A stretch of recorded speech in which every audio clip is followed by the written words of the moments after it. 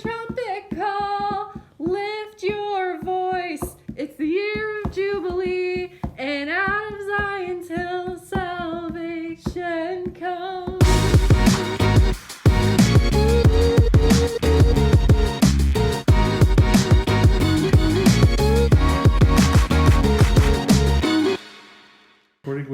Welcome to the Jackson Cloud. That's not fair. No, if you're going to sing the song over and over again, I'm going to record it when you're not paying attention. To start off the episode. Cheating. It's not. Welcome. Today we're talking about trumpets, which is a trigger word the trumpet sound. for Olivia in her worship music. So, you got to leave it down here. Oh, it's at the trumpet call. So, Why? We're not using that? Well, it might statically cause some things. Okay. While we talk, Casey and I will be doing our best to not use trigger words in order to keep Olivia from bursting out in song. I'm Jamin. I'm Casey. And I'm Olivia. So smug. All right. And, I'm going to enjoy this because now I have an excuse to sing it anytime you use the word trumpet. This will be our most disliked episode of all time. No, YouTube got rid of dislikes, didn't you know? It's still there. I know from the back end how many dislike it. Anyways. Have we gotten a lot of comments? No, I'm just saying I am prepared with how much I think it's going to be the most liked one. Be sure to like down below to make sure she's right. Yes, help me be right against Jamin. Revelation 1:10. I was in the Spirit on the Lord's Day. We did an episode on In the Spirit. We did an episode on the Lord's Day. How many episodes are we up to now? Don't worry about it. And I heard behind me a loud voice like a trumpet saying, like a trumpet call, lift your saying, voice. write what you see in a book and send it to the 7 churches, to Ephesus and to Smyrna and to Pergamum and to Thyatira and to Sardius and to Philadelphia and to Laodicea. Yeah, I don't know any songs off of most of those words. Good. So here we have Jesus show up, right? I mean, we're looking at red letters here. But his voice sounds like a horn. And What kind of horn? A shiny kind of horn. Specifically in their The time, sister to a coronet. In ancient times, I don't know about New Testament times, but in ancient times it would have been a shofar, which is, I think it's like a ram's horn that's been crafted and molded into So like a bugle. a kind of, yeah. Well, if you've been in a Pentecostal church before, you've probably come in contact with a shofar somewhere, because it's always someone that throws the band off while the band's playing in the key of D, and then in the background you hear in the key of E. And you're like, who is that? Oh, he's right next to the tambourine lady. So I have experiences. I'm like, that's not happened to me. Not But then any again, experience with that, but I Well- also don't think I've ever been to a Pentecostal church. So Okay, so when Pentecostals do it, you guys have a guess as like, why do they have this tradition in the first place? What would be your thoughts? because it's in the Bible. Okay, That's yeah, that's their fair. Participation. So But like, it's what would they be thinking? Like, why would I blow this horn in honor of the Bible? Like, probably they want to participate. no. When they had to play the horns around the walls of Jericho, okay. Maybe. So what were they doing when they did that? they were summoning God. Never the way I've heard it phrased before. Probably slightly blasphemous. Slightly? Probably blasphemous. No, God told them to do this, and when they blow it, then the walls fall down, right? So in that case, And the walls come a-tumbling down. so in that case, it was warfare, right? So maybe sometimes when You people don't know that song? No. Joshua and the Battle of Jericho, you know it.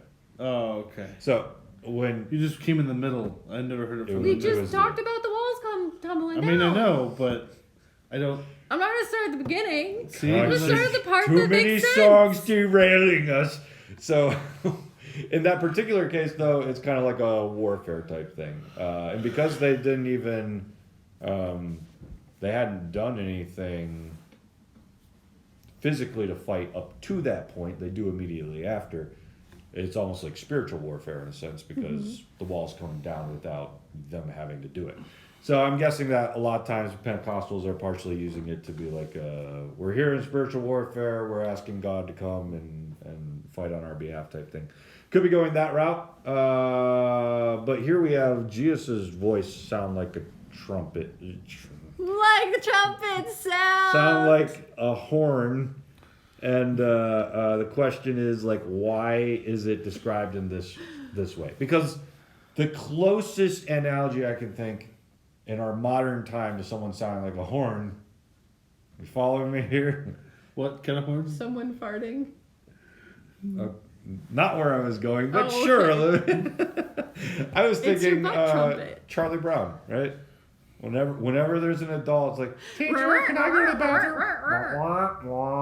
It's just More like a trombone. That's a trombone. It is a trombone with a Mute on it. mute on it. That's what all the adults are in Charlie Brown.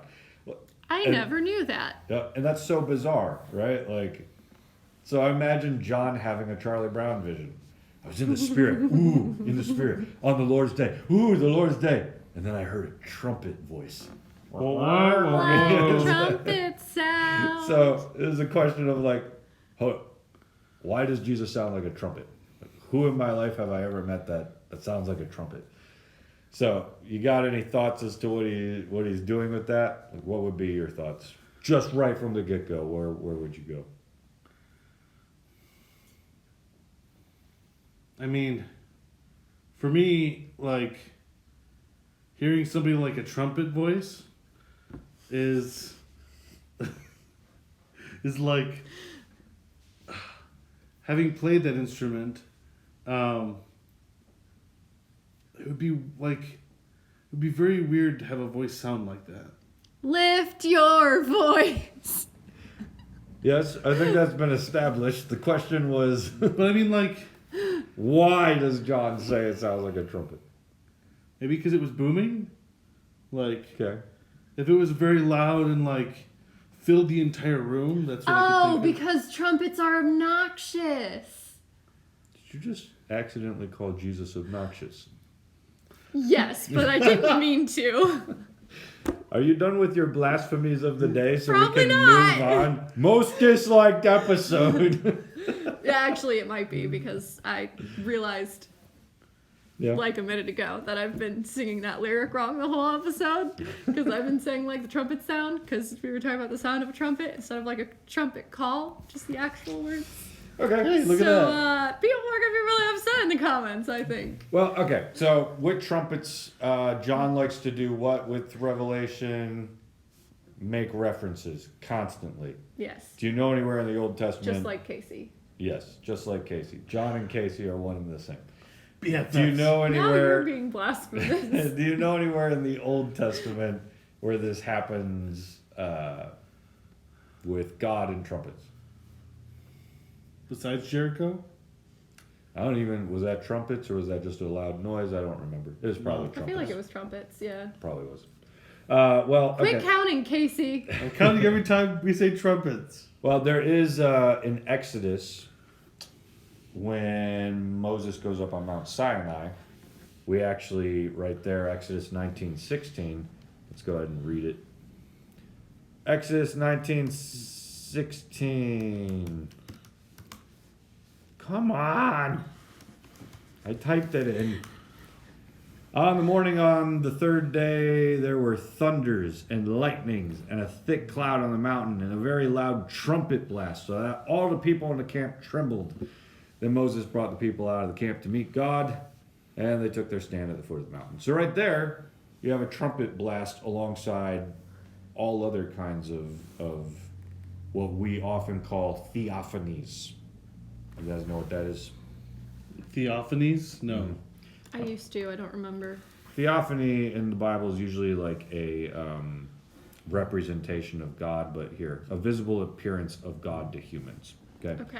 So when God shows up, there are often different kinds of elements that show up alongside of him. What did we just see in this one? Thunder. Think of other Lightning. places where thunder shows up as a theophany. With Jesus, this is my son in whom I am well pleased. Some people hear God say that from the skies.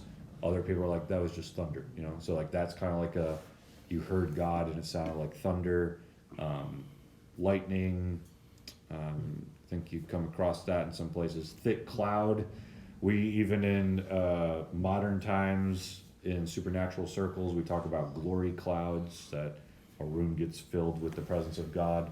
Or think of the old tabernacle, when God moves into it, a cloud fills it. Think of the temple, when the priests are playing worship music and they're kind of kicking off the new temple for the first time, a cloud moves into it. So that's a theophany. It's a visible manifestation, appearance of God. And it's weird because we're like, why does God look like why is he by a cloud or seem to be masked in a cloud or looks like a cloud or what are we doing here? But among these theophanies, we also have a trumpet blast, right?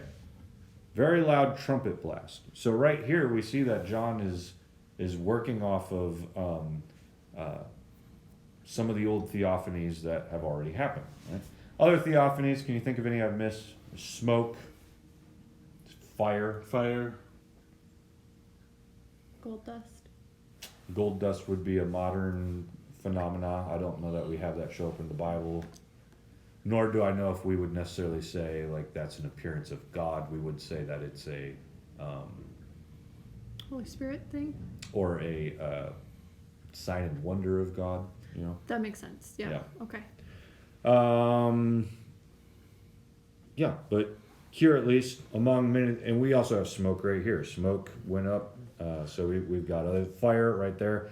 Lord has descended on it in fire. So you have at Mount Sinai all these big images of God manifest. We did an episode in Genesis on the covenant. Remember that? Mm-hmm. Abraham falls asleep into a deep sleep, and then what happens? A flaming pot and a pot of smoke, I think, right? They have a covenant with each other, and this is God promising God. Mm-hmm. God promises himself that I will make you a great nation, and that you'll have many descendants, things like that. The reason that we say that's God promising God is because it's one theophanic element making a promise with another theophanic element. It's God promising himself right there. But here, though right here, it's God on Mount Sinai, like that's what the trumpet's announcing. What's happening in Revelation? Jesus is speaking and it sounds like a trumpet. Yeah. Right. And, you know, before we get too far, because then we'd be like, oh, he's like, it's a perfect liking to Jesus. Actually, throughout Revelation, there's going to be other angels that speak, and they're going to sound like trumpets as well. So we might need to narrow down a little bit. But I do think that there is this, I do still think there's an intentional likening right here to say that Jesus, just as God was announced on Mount Sinai, Jesus is announced with the same trumpet. I have a question. Yeah. So, like, this is obscure, so let me have a little bit of freedom to think it through, but, like, I'm excited and nervous. so what if celestial to us sounded like music? What if, like, the language celestial, like, as we know in D&D, but, like, in terms of an angelic language, legitimately sounded like music to us? So instead of sounding like gibberish, it sounds like music. Correct. So that's why it sounds like a trumpet, is because they're hearing somebody speak, but it sounds like music, and the only way they know how to interpret music is by the trumpet. I mean, you do have angels singing throughout Revelation and throughout other parts in the Bible, right? Right. So you could say that, but I don't know that there's necessarily any part that's like, and every time they spoke, there was like, they sounded instrumental. It's an interesting thought, though. I mean, clearly they do sing, so Right. maybe. I don't know. It was just a thought that crossed my head with so many talking about trumpets. It was just like, what if their actual language was music notes, and that was how they spoke? It was just... Yeah. Well, okay, so here's, yeah, that's one thought I haven't really thought about very much, but... See, neither have I. Yeah, Just yeah. came up with it on the spot, so... But here is one thing that I would hone on to show you how John is trying to say, like, Jesus is God, right? Because the trumpet announces God on Sinai, the trumpet announces Jesus in Revelation, and John is intentionally grabbing that trumpet. So how can we tell that he's using it in that way? Here's what we see. Remember our whole phrase. I was in the Spirit on the Lord's day when I heard a voice behind me like a trumpet. John is pulling from other places throughout the scripture, okay? So in Ezekiel 3:12, it says, then the Spirit lifted me up and I heard behind me a voice of a great earthquake. So John is working with, I was in the Spirit, kind of working off Ezekiel 3:12. Then the Spirit lifted me up, so there's a spiritual element. Then I heard a voice behind me like a great earthquake. John doesn't use great earthquake. Instead, he intentionally takes from Sinai. Then I heard behind me the voice of a trumpet. So he's doing what he always does, taking verses, throwing them all in a blender, hitting the button. And seeing what comes out. Well, seeing what comes out, but intentionally changing things around to make a theological point. And this point, as he always does, is Jesus is God. Like, we've already seen that so many times in one chapter. It's amazing that this is still Verse 10. debatable theology for some people. So here you see all that happening. And as Craig, our coaster What? says, Koester. He says, yeah. coaster. John's language resembles that of Ezekiel 3:12. Literally, then the Spirit lifted me up, and I heard behind me the voice of a great earthquake. The difference is that John likens the voice to a trumpet as God's appearance at Sinai. The sound calls John's attention before the risen Christ. So, the question then becomes, we now know a trumpet can be a theophany, like it belongs with the smoke and the fire and all that. What does it mean, though? What is, there's questions, what does smoke mean? What does fire mean? But, like, we're focused on the horn today. I know you're still counting. I see your fingers. Yes, we're up to 28. 28 references to trumpet, up 29. It's an episode about trumpets. How do you not? 30. What does the trumpet mean, though? And that's the big question that I've been trying to figure out as I've been studying through this. Isn't it just like get your attention? Well, so that would be an easy way to think of it, right? That's what's happening in this passage. A voice behind me got my attention. Because, like, in current uses of a trumpet, like in military uses, it's to wake people up. Yeah. In other uses, today, it's for music, but it's to, usually it gets people's attention to the music. Usually it's when the people are writing for trumpets, a lot of times it has like the melody. It has the main thing that people are supposed to hear the most. Because they will hear the sound of the trumpet over the rest of the instruments. Yeah. As a trumpet player myself, I am highly in agreement with that. Right. So, like... They're also used in funeral processions. Yeah, so what you guys are already seeing in horns is that they're generally loud, but like when they're played just on their own, they often mean something, right?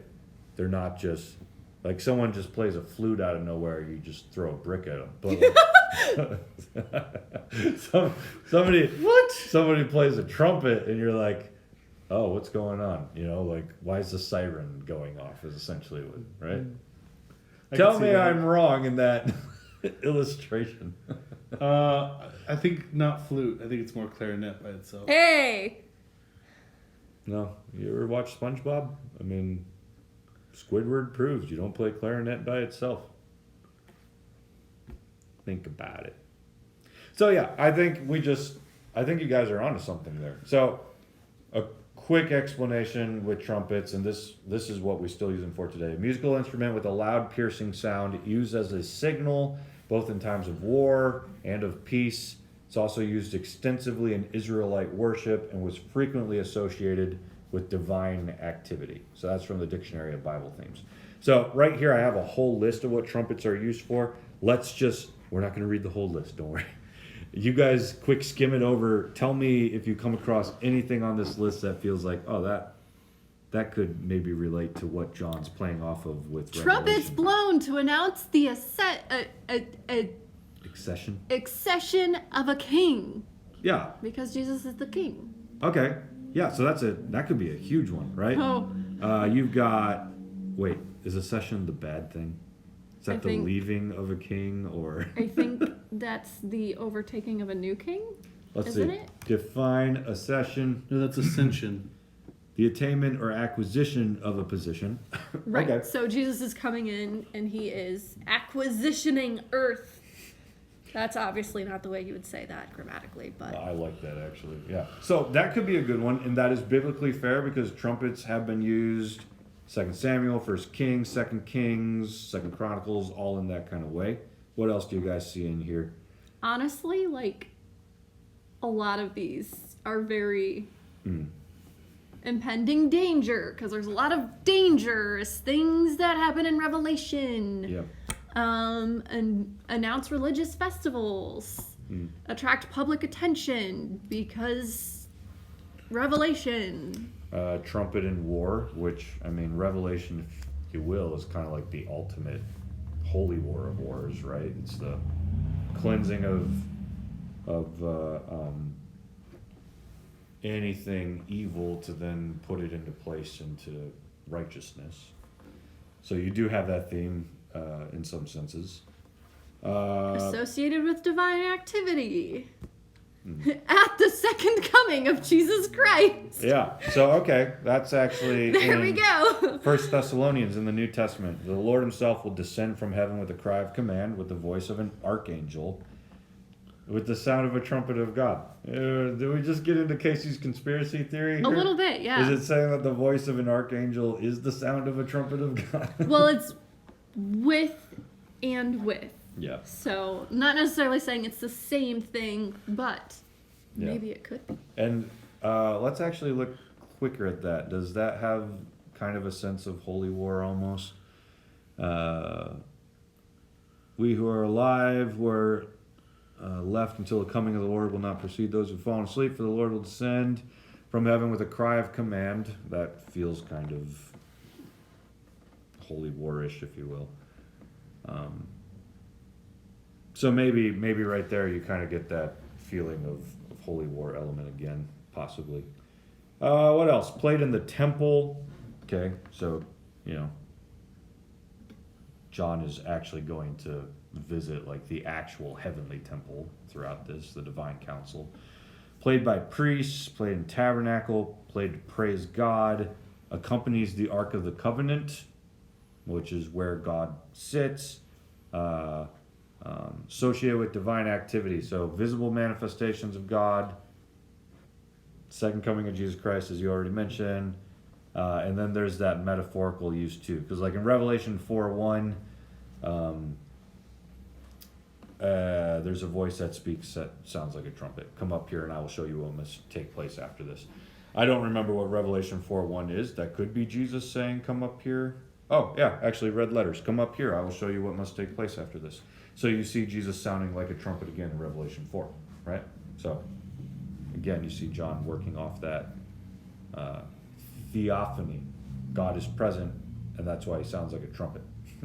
So, anyways, we're also going to get into trumpets later with the 7 trumpets. You remember that? You got 7 scrolls, you got 7 trumpets, you got the 7 angels that play the 7 trumpets, and every time they blow a trumpet, are you still counting? Yes. Let it go, man. Nope.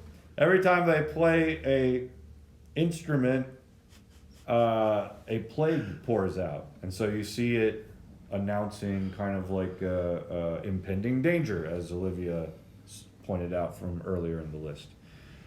So, with all that being said, I think we start to kind of get a feel as to why Jesus is pointed out as sounding like a trumpet.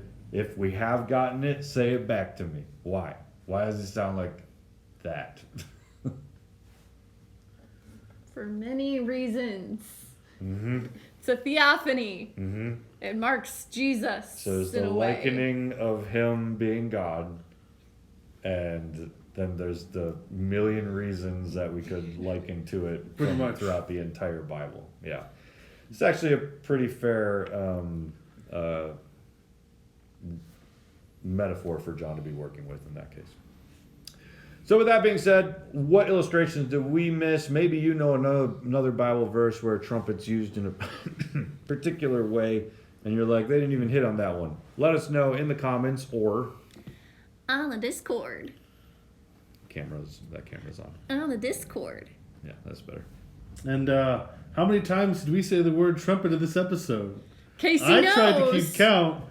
I'll comment it with the first comment below. Did you just add the one you just said? Yes. Where you at? I'm not going to tell them now. You'll have to comment to find out.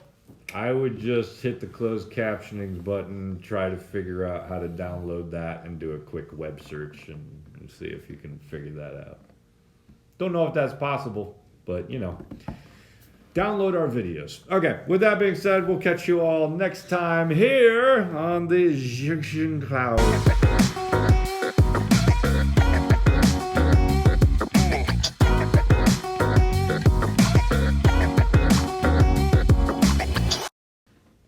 Lift your voice. You can't do It's that year at of the Jubilee. end of every Out of episode. Zion's hill, Salvation comes.